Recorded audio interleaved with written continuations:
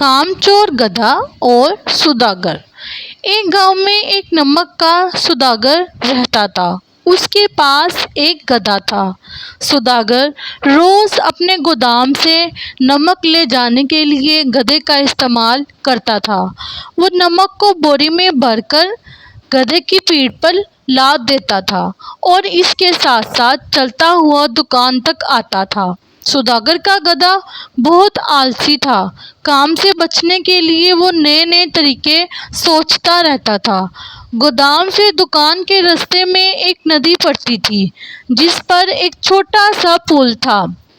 एक दिन नदी के ऊपर पुल से चलते हुए गधे का पाँव फिसल गया और वो नदी में जा गिरा।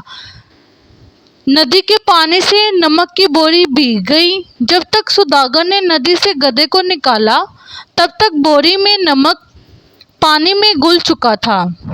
गधा जब चलने लगा तो उसे बोरी का वजन बहुत कम लगा और वो बहुत खुश हो गया था और उसने सोचा अपने ऊपर लादा बोझ कम करने का बहुत अच्छा तरीका है।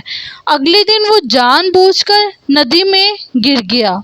नमक की बोरी पानी में गिर जाने से बोरी का वजन कम हो गया। इसके बाद वो हर रोज ऐसा ही करने लगा।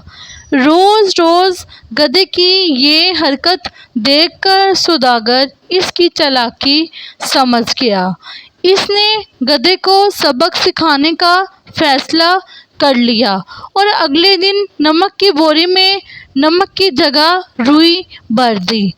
रुई हल्की थी। उसके बाद भी आलसी गधे ने सोचा क्यों न रोज की तरह नदी के पानी में गिरकर वजन को और कम कर लिया जाए। इसलिए वो जानबूझकर नदी के पानी में गिर गया।